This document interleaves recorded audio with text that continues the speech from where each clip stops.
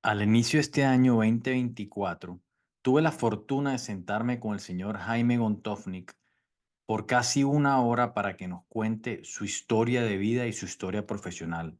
El señor Jaime tiene actualmente 96 años de edad y fundó empresa en la ciudad de Barranquilla hace 75 años.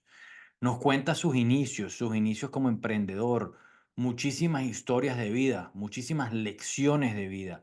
Y actualmente ha creado, 75 años después, una de las empresas líderes a nivel de Latinoamérica en la distribución de materia prima para la producción y fabricación de calzado, entre otros productos.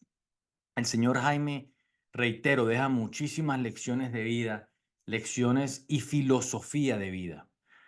Los invito a escuchar esta entrevista y espero que les guste el contenido. Les mando un abrazo. Bueno, bienvenidos a todos a otro episodio Construyendo Patrimonio. El día de hoy tengo un invitado muy especial referido por mi papá, señor Jaime Gontovnik, un empresario y líder de la ciudad, bueno, originalmente de Europa, pero radicado en la ciudad de Barranquilla. Gran experiencia, gran líder comunitario. Fundó diversas empresas enfocado en la materia prima para la producción y fabricación del calzado, la tapicería, y también ha incursionado en diversos mundos como la ferretería, la decoración, la construcción en los años recientes. El señor Jaime hace poquito ha sido condecorado por el alcalde Jaime Pumarejo, o el exalcalde Jaime Pumarejo, por su labor en la ciudad de Barranquilla, generando miles de empleos y beneficiando a muchísimas empresas, no solamente en Barranquilla, sino a nivel nacional. Entonces, un placer, un honor tenerte aquí conmigo. Gracias por invitarme a tu casa, primero que todo, y bueno, gracias por participar en este programa. Bienvenido.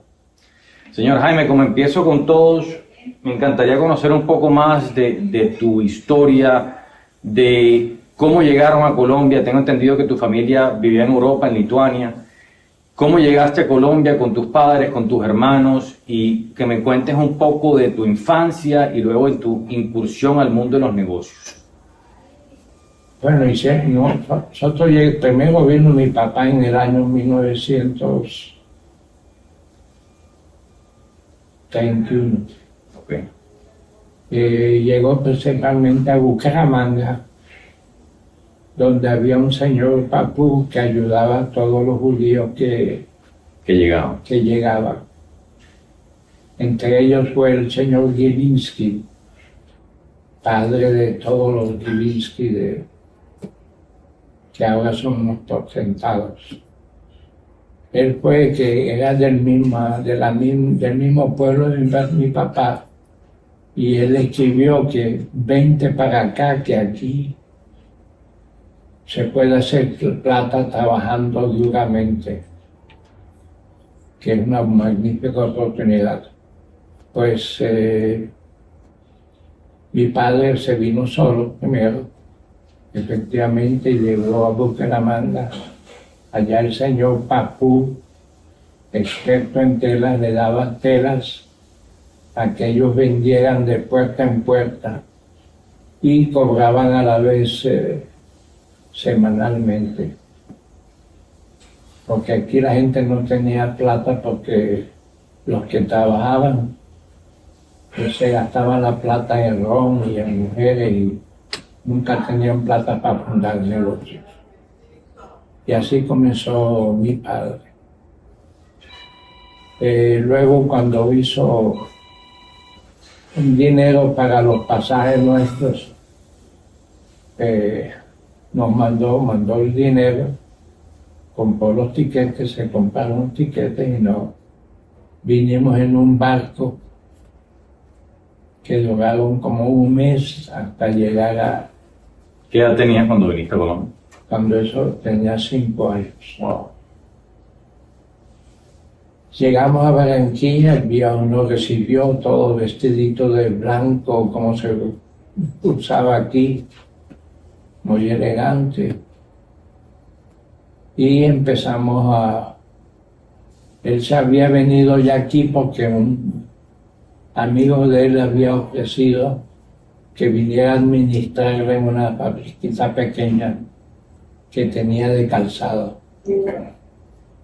Entonces el viejo vino, empezó ahí a darme negocios mayores. Y, como te dije, mandó la plata y llegamos en 1933. Ok. Ya cuando estaba empezando la guerra en Europa. No, la guerra no había comenzado, ya había como rumores Ya la gente estaba alerta. de, sí, eso no teníamos nosotros. Llegamos mucho antes de la guerra. Y aquí ya había una familia Panzer, que fue el primer amigo mío, Moisés Panzer.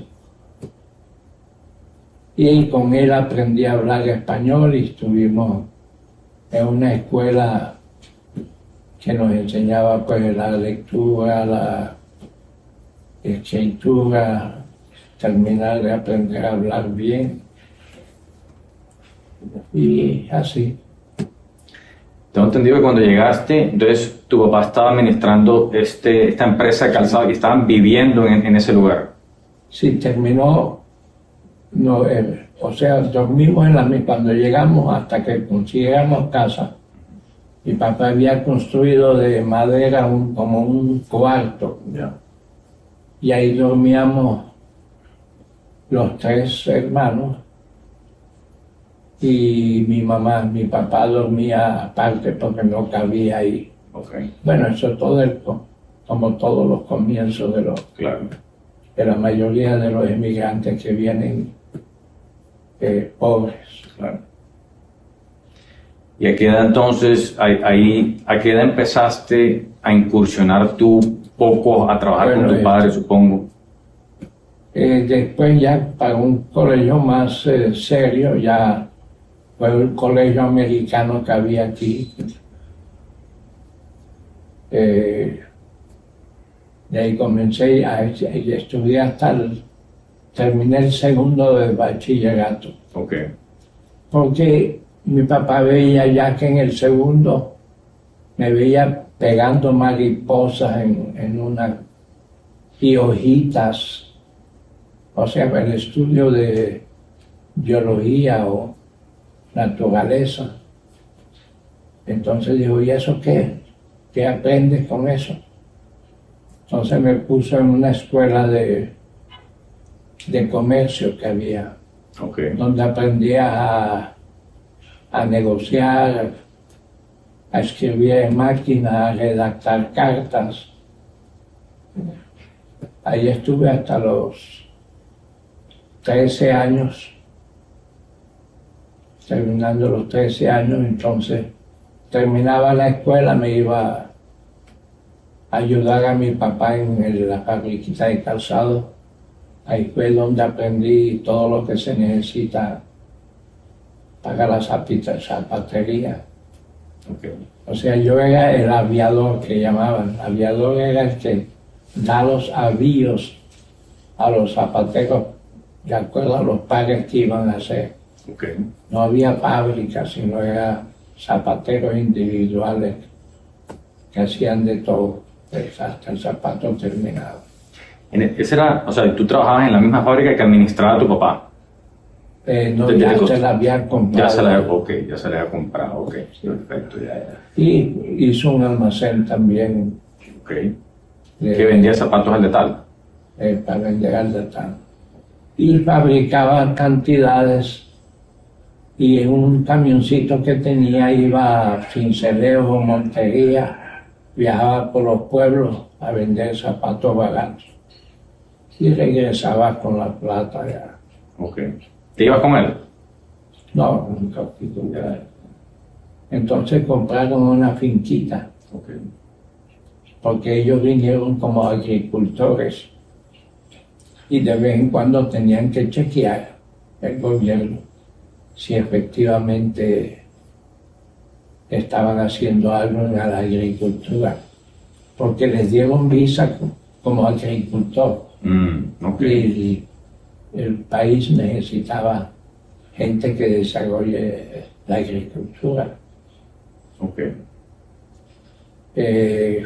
Íbamos a la finca, teníamos poco de ganado. Y resulta que le fue mal porque se desaparecían las vacas. Se habían disque robado, y disque otra estaba muerta y le preguntaron al administrador, ahí dónde está la piel. No, los goleros se comieron todo eso. Al fin tuvo que vender la finca porque el que no lo podía administrar personalmente, pues no servía porque se robaban todo. Claro. Como el dicho, el que tenga tienda, que la atienda. Exacto. Cuando ya tenía 16 años, había un ruso que hacía negocios con mi papá y él vio cómo me movía yo, etc. Le dijo, ¿por qué no me das a tu hijo para abrir un negocio de pieles, de venta de cuero, que es lo que sabía yo? Y así se hizo. Entonces, el ruso montó un almacén, su mostrador, etc.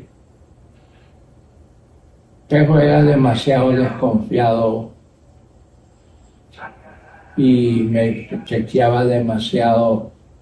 Bueno, hacía un montón de cosas para que no le robaran, para que no se perdiera nada. Y en estos momentos Abraham Minsky estaba saliendo con mi hermana, era novio de mi hermana, y él tenía 13,000 pesos ahorrados. Él trabajaba en Curtiendo en Búfalo porque era pariente de uno de los dueños de Búfalo. Y entonces yo le conté de que estaba aburrido con ese ruso. Dijo, bueno, vamos a comprarle y abrimos, hacemos nuestro propio negocio de venta de cuero. El ruso no quiso vender. Entonces yo le dije, bueno, yo me voy de todos modos, pero se vio obligado a vender. Y así, como socio con mi cuñado, comenzamos lo que en ese momento se llamaba Almacén Canguro. Y así comenzó el canguro. Y fue creciendo, creciendo, creciendo. Hasta que llegó un momento en que en Búfalo, donde trabajaba mi cuñado, le ofrecieron la venta de X cantidad de acciones y él necesitaba plata para eso.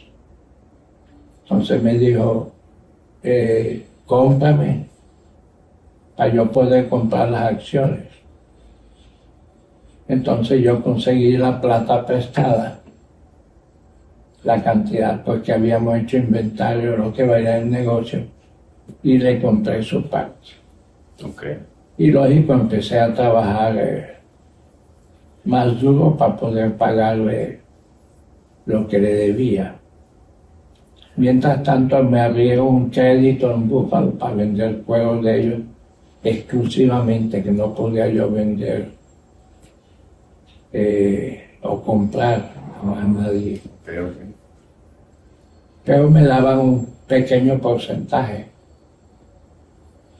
Si no, realmente era muy poco para que el negocio pudiera. Entonces había otras curtiembres en Medellín principalmente, donde conseguía mejor precio y mejores descuentos. Empezó entonces a viajar a Medellín con una chequera y todo lo que compraba era de contado y la gente necesitando la plata le vendía prácticamente a lo que yo les ofrecía. Y barato. Y así fue cuando... Entonces después comencé a pensar de que lo mejor sería integrarse, poder hacer todos los materiales, todos los implementos que necesita un zapato, como para hacer todo del zapato y vender más bien los implementos también, para que no tengan que hacer todo el trabajo de preparar los materiales. Y empecé a traer máquinas, por ejemplo, viajaba a Nueva York a las ferias y hacía tratos con zapateros allá, con fabricantes allá. Pon la maquinaria y yo pongo el negocio, pongo lo más administro, pongo algo de plata. Y así comenzamos a hacer todos los componentes, los tacones, las suelas. Y se iban haciendo fábricas grandes, vendiendo por todo el país y exportando todos los componentes, las hormas.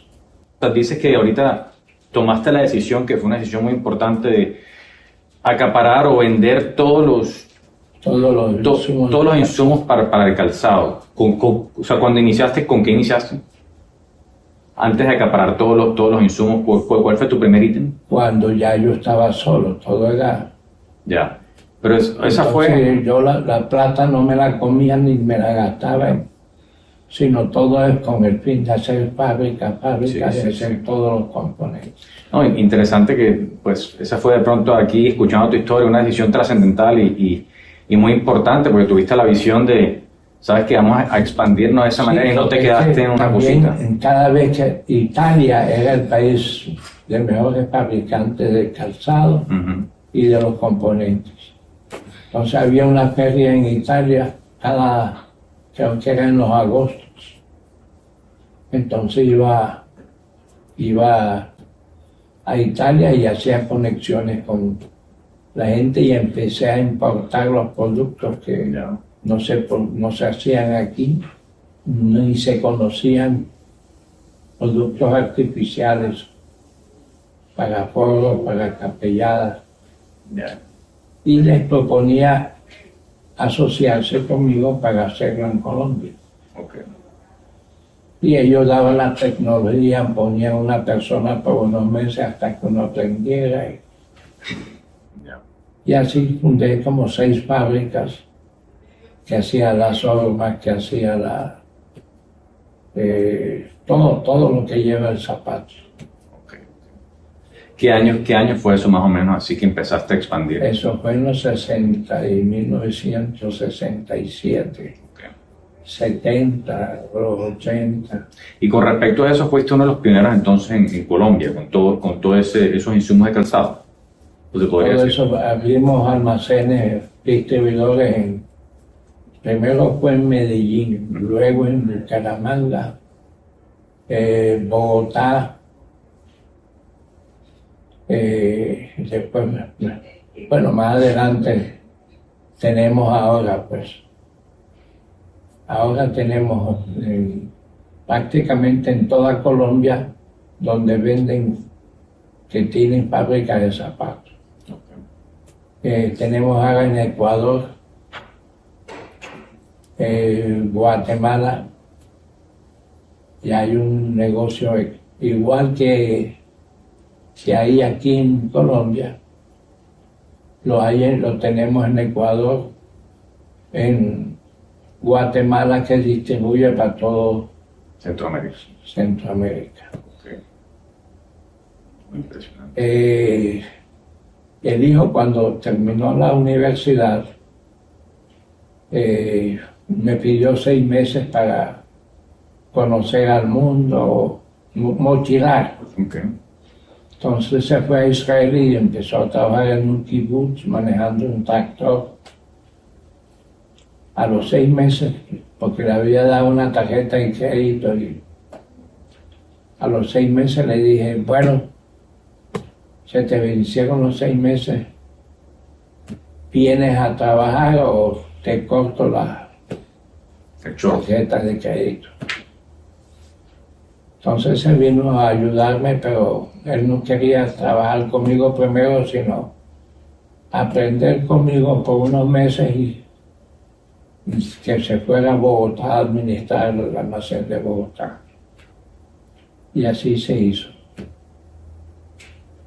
Cuando ya él sabía bastante ya, yo lo llamé que viniera aquí a ayudarme y aprenda más para que yo algún día me pueda retirar. Cuando cumplí, creo que tenía 85 años ya, me dice, bueno, papi, ya te retiras, me dejas todo a mí, o yo hago un negocio igual y te hago la competencia. Si no me te cocino, déjame, bueno, ok, hazte cargo, hicimos un arreglo. Son 2 hermanas que tienes, cada una tiene tal porcentaje que ella no, y él tenía el mayor porcentaje porque él era el que iba a manejar el negocio. Y yo, sin poder, digamos, al retirarme, dije yo, me muero si no hago nada. Estuve una semana sin nada que hacer, entonces lo que hice le saqué una secretaria que tenía allá, pedí, déjame a fulana de tal para hacer yo un negocio con. Y entonces hice una fábrica de bolsos y carteras de cuero, porque yo tenía mucho cuero importado y al hijo no le interesaba el cuero, sino todo sintético. Y había fundado también una fábrica de sintético, se llama Acticuero, que es lo más grande que hay en Sudamérica, creo, que está en la zona franca. O sea, te estoy haciendo como eso es mucho más largo. No, no, está bien. Porque tantas fábricas que el hijo fue liquidando también porque quitaban mucho tiempo y no daban tanto dinero, digamos. Antes de hacerte diversas preguntas que tengo, cuéntame, de pronto una o dos, tú hablas aquí en el libro, de que después lo pongo o sea, y voy a escribir algo de eso, pero le mando la imagen a la gente que está viendo esto en video. Hablas mucho o hablas en varias ocasiones, toma una decisión y aférrate a esa decisión, no cambies en tu camino, ¿sí me entiendes? Entonces, en tu camino profesional, de pronto recuerdas una u otra decisión que diste, esta decisión cambió mi trayectoria. Bueno, mi trayectoria era el negocio de la industria del calzado y tapicería. Pero a mí lo que más me impulsó a trabajar y darle una magnífica vida, me hizo trabajar mucho porque quería darle y poder llevarla a viajar por el mundo, conocer el mundo, porque los padres de ella viajaban, tenían un restaurante y toda la plata que se ganaban se iban a viajar por el mundo. Conocían todo Estados Unidos, del norte, el sur, el oeste. Y después yo quería darle la misma vida. Y eso me hacía trabajar más y más. ¿Cuántos años de casados tienes? 72. Felicitaciones. Sí, yo tenía 24 y ella tenía 20 años. Cuando la conocí yo tenía varias novias. Y en un viaje que se fue salieron de las 4 novias adicionales que tenía. Y conociéndolas más y dije, no, con la que me caso es con esta. O sea, que es con la que quiero pasar el resto de mi vida. Y a todos los amigos o a alguien soltero que me piden consejos, les digo yo, sal con la novia que tengas, pero con la que quieras pasar el resto de tu vida, con esa casa.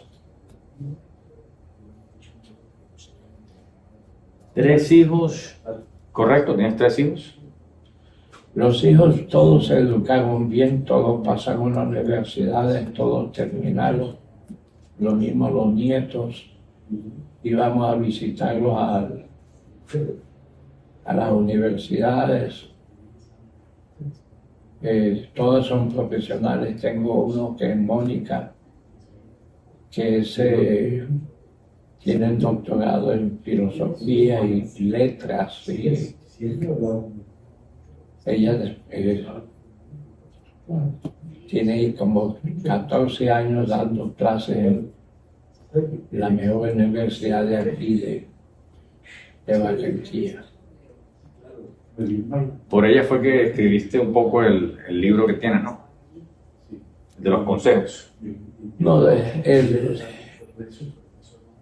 precisamente los alumnos, muchachos de 15, 16, 18, 20 años, se portaban mal en el colegio, peleaban por muchachas y todo eso. Entonces me dijo, papi, ¿por qué no escribe unos 20 consejos para estos muchachos? Y efectivamente lo hice en un papel que se hizo duplicado y ella lo repartió. Y ahí le vino a ella la idea que por qué no lo hago una libretica con consejos. Entonces era muy poco, entonces él decía, es que cuando reflexionaba me empezaba a apuntar las ideas que me venían a la cabeza. Y cuando ya había una cantidad suficiente, entonces empecé a hacer los libritos. Entonces el primer librito que partió a los amigos, los primeros los pagó la oficina. Pero ya los otros decían, bebé, yo te pago una edición. Entonces ponía cortesía de fulano de tal. Y otro decía, oye, yo pago, cuando veía que había unos que los nombraba uno, para la familia tal, yo te pago una edición. Y las ediciones eran de 400, 500, 300. Lo que cada uno de ellos quería. ¿Y cuántos salen tantos? Bueno, acá 500. Y así. Y este último decidí no pedirle a nadie si querían patrocinarlo, sino yo mismo lo patrociné. No, o sea, lo leí estos últimos días, la verdad, una cantidad de consejos, como dice aquí, son cosas que no se le enseñan en la escuela o que no aprenden en la escuela, que son, y muchas de estas cosas son las que uno ve en conferencias de liderazgo, en conferencias de vivir tranquilo, vivir mejor, vivir en el presente, explicadas pues, como una forma muy sencilla. Sí, eran ideas que se me venían, por ejemplo, cada vez que hablo siempre he buscado amigos que sean más inteligentes que yo para aprender de ellos. Es más, yo antes nunca tenía tiempo para leer. Ahora que tengo la vista ya gastada, como dicen mi optómetra, hay un books, donde tú compras los libros y te los leen. Entonces ya me he leído todas las novelas de García Márquez, la de Mario Mendoza, no sé si has oído de ese. Porque tú vives en Miami, sé que no has oído de ella. El mejor escritor colombiano que hay es Mario Mendoza. Y hay otro, Trujillo. Alcancé a todas las de nuestro premio Nobel. O sea, ahora estoy leyendo uno que habla mucho de la naturaleza, porque para mí no hay sino la naturaleza. Yo no creo sino en lo que veo. Es para creer. Hablando un poco bueno, sé que te apasiona, te encanta la pesca, basado en lo que me ha dicho tu nieto y lo que me ha dicho gente que te conoce. La pesca y la música. Yo creo que, y hablas No, déjame contarte, digamos, primero fue la fotografía, Ok, porque cuando iba a pescar siempre llevaba la cámara para los peces. Inclusive ahí tengo un álbum, cuando lo quieras ver, he pescado marlins. Ok. Eso. Inclusive hay un artículo en mi periódico en donde yo y un compañero mío que me acompañaba en esa época, descubrimos el marlin y el pez vela por los lados de Santa Marta, que nadie lo pescado. había visto antes ni sabía que existían en Colombia. Y así pescaba en México, fui a pescar varias veces, iba a México, Panamá, al Pacífico, es donde más pescados hay y mucho más grandes. Inclusive, ves, mira, aquí tengo de una entrevista que me hicieron en la televisión de acá, que la entrevista era de 20 minutos, pero la acortaron a 3 minutos porque tenía 30, o tengo, pues me quedó 32 trofeos, copas de plata. ¿Aún pescas? Sí, tengo la lancha, ahora la tengo acá, donde hay menos peces que en Cartagena, pero se ha puesto muy duro el viaje a Cartagena. Antes en 1 hora y media estaba en la lancha de aquí ahora dura 2 horas y media, porque hay mucho tráfico, como Cuba murió, entonces todos los turistas vienen a Cartagena, que es lo más parecido. Entonces hay mucho tráfico, mucho turismo, mucha gente, y hasta llegar a la lancha quedan 2 horas y media, que es mucho. Entonces me la traje aquí en Barranquilla, que en 40 minutos de mi casa estoy y al terminar la pesca, en 40 minutos estoy en la casa.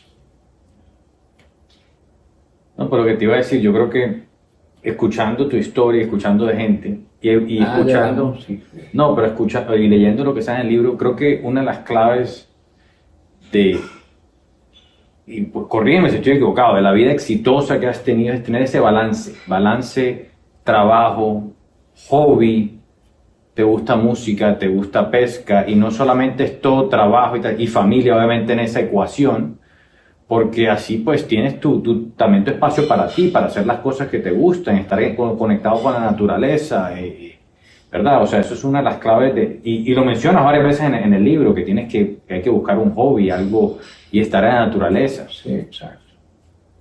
Hay que tener un hobby en qué ocuparse. Si te retiras y te sientas a meditar y a pensar, te mueres en poco tiempo. Eso es. Tengo muchos ejemplos de amigos que no tenían nada que hacer, se aburren y a veces piensan en el suicidio. ¿Qué hago aquí en esta vida? Para mí es estar ocupado, salir. Nosotros salimos por lo menos a comer afuera o a visitar o nos visitan. Tengo varios amigos que me visitan. Inclusive le dije a tu papá que cuando quiera venir a escuchar música mientras esté aquí. Ahí tengo en mi oficina. Una de las cosas principales es el ejercicio. Hacer mucho ese ejercicio. O sea, yo tengo un cuerpo de casi 97 años y lo tengo como joven, puedo hacer todo. No camino bien porque tuve un derrame cerebral, se me paralizó toda la parte izquierda, pero con terapia y ejercicio y piscina ya puedo caminar con el carrito ese. Si no, ya hubiera estado muerto. Salir mucho, ir al cine, distraerse, ir a otros restaurantes. Los domingos ya es preciso ir a comer al club, a estar uno con los amigos, charla, se sienta con alguien al lado y empieza uno a charlar. O sea, estar siempre ocupado. Das muchos, aquí hay más de 200 y pico de, bueno, no más, 130 páginas, cada página tiene 3, entonces hay muchísimos consejos. ¿Qué consejo le darías a una persona, a un joven capaz salido del colegio, de la universidad, que quiera un consejo, que quiera emprender, que quiera empezar un negocio? Bueno, yo le preguntaría, ¿qué estás estudiando? Me dice, bueno, yo estoy estudiando ingeniería. ¿Qué piensa hacer con eso? Construir edificios, construir casas. Le digo, hay mucha competencia ahora, hay muchos que lo están haciendo. La situación no está como para construir casas. ¿Qué más te gustaría? Pues entonces, ¿qué me aconsejas que haga? Digo, bueno, búscate de pronto un socio que tenga buen dinero, por si tú no lo tienes. Hazte un viaje, habla con las personas y pregúntale a ellos qué es lo que necesitan, qué les parece que sería, qué es lo que más necesita la gente. No, lo que la gente más necesita es comida. Bueno, entonces busca ver qué hacer para comida, entonces búscate un amigo que tenga una finca o si tú no la tienes, y invierta en comida, contrata a campesinos que conocen y así. O le digo, ¿qué hace tu padre? Mi papá hace ropa de mujer. Bueno, trabajas con él y amplía la fábrica y a ropa de hombre también, camisa o compra máquinas para esto, lo que en el momento se ocurra, de acuerdo a lo que él le gustaría hacer. Así es. Por ejemplo, tu papá es importador, vendedor de juguetes, que fabricaba, creo que lo que le pedías, compraba los plásticos para hacer, digamos, toldo o cosas. Sí, era la oportunidad de negocio o lo que le pidieran uno lo fabricaba y así era, pues siempre estar abierto. Pero lo que tú dices, creo que todo va atado también al estar siempre educándose, aprendiendo. Mira, tú a los 96 años de edad, leyendo no sé cuántos libros, o escuchando no sé cuántos libros y siempre mantenerse activo intelectualmente, ¿verdad? Es muy, muy importante. Muchos jóvenes hoy en día se la pasan en el celular y pues no abren su mente. Y muy importante viajar, también conocer otras culturas. Yo, por ejemplo, ahora estoy haciendo viajes cortos.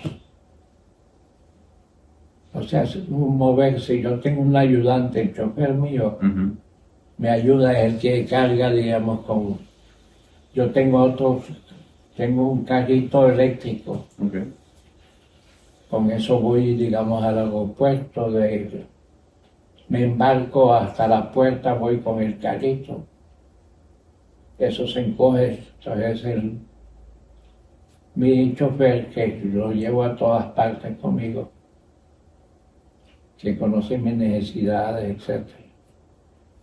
él lo recoge y lo guardan donde guardan los coches de los niños, del bebé. Y cuando salgo, él va y espera que saquen el...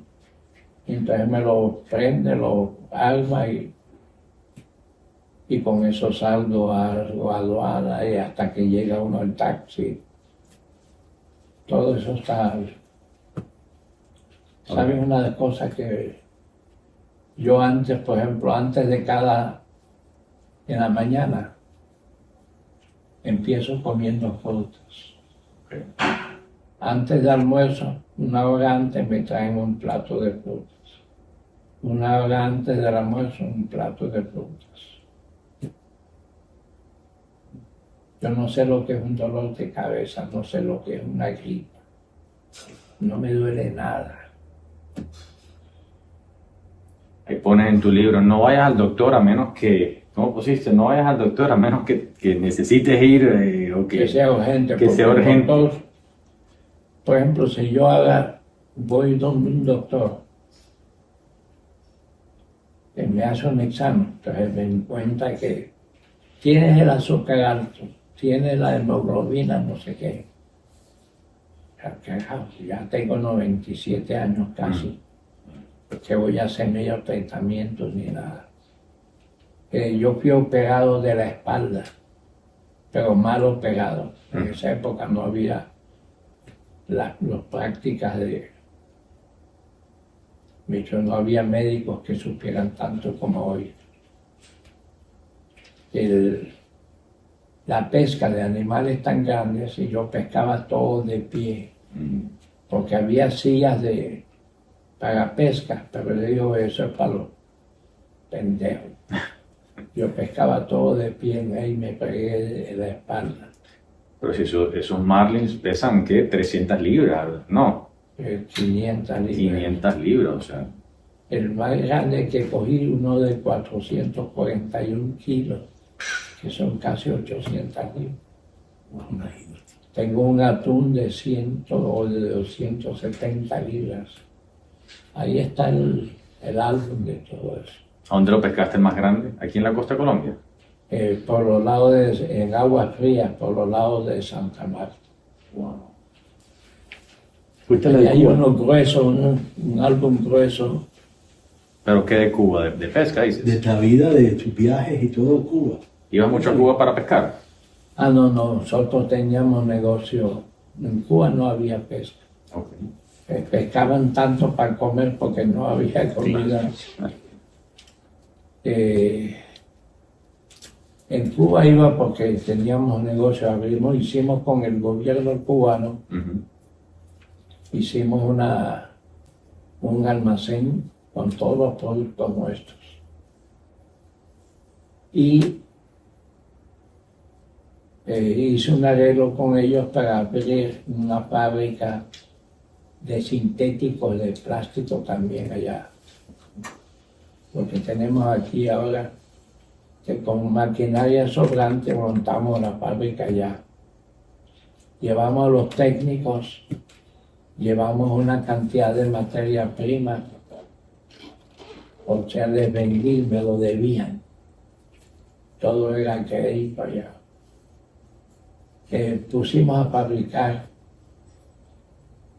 hicimos el primer rollo de prueba, que era un rollo de 500 yardas.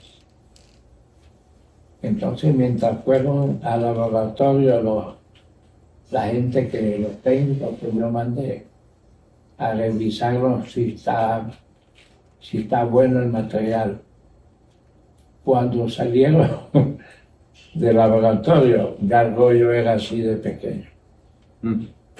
Allá todo es robo, ya cortaron, cada uno cogía 10, 20 pedazos. En fin, entonces, pero cuando iban a empezar a trabajar nuevamente ya, se habían robado el aceite, se habían robado cierta materia prima, pues me dijeron, bueno, mándanos nuevamente $50,000 en materia prima. Dije, no, páguenme las que me deben y después le más. Así que nada, no se pudo poner a trabajar la fábrica, entonces le dije, bueno, devuélveme la fábrica en Colombia y se acabó. Ahí, entonces ellos pagaron el container y el flete, me devolvieron la máquina. Lo que sí fue bueno en los viajes allá porque hice muchas amistades de músicos muy conocidos mundialmente, pianistas, cantantes, compositores. O sea, lo pasaba muy bien allá. Te encanta la música cubana, ¿no? Siempre me ha encantado la música cubana. A mí la afición mía, yo empecé porque en el colegio, en el americano, dábamos clases de música y ahí comenzó la música clásica. Tengo un profesor Parker que nos ponía ópera, ponía sinfonía, ponía conciertos y nos explicaba cada uno y todo. Y de ahí fue que comencé a gustarme la música clásica, que es la que más me gusta. Todo depende de cómo me sienta. Me siento así como nostalgia y me pongo música clásica y principalmente de un autor ruso, no es Tchaikovsky, que también es música suave. Bueno, se me fue ahora en el nombre. Concierto número 2 de Rachmaninoff. Okay. Cuando tenga tiempo, apúntate a Rachmaninoff y escucha música de Rachmaninoff. Lo que más me gusta son los conciertos, no tanto las sinfonías. La única es la novena de Beethoven, pero me gustan más los conciertos de piano. Los de Tchaikovsky, que son de piano. Voy a anotar. Anótate el concierto para piano de Rachmaninoff número 2. A mí también me encanta la música. Mi papá siempre le ha gustado y pues desde chiquito era música. A mí me encanta todo tipo de música, escuchar, música en vivo. Creo que tú lo dijiste en otra entrevista que traías músicos así para celebraciones de cumpleaños y así, sí, música en vivo. Es muy rico, pues. Sí, yo traía, por ejemplo, a Frank Fernández, que es el mejor pianista. Estaba catalogado entre los 5 mejores pianistas del mundo. Lo traje varias veces acá, nos hicimos muy amigos. Lo presentamos aquí en el teatro varias veces y hacíamos grupos en casa de también de gente que le gustaba la música. Lo presenté en Cartagena. Realmente yo he gozado mucho la vida, o hemos gozado, porque siempre Yuta me acompañaba y le gusta lo mismo siempre. Las últimas dos que tengo para ir concluyendo. ¿Cómo defines el éxito? El éxito le defino es la voluntad.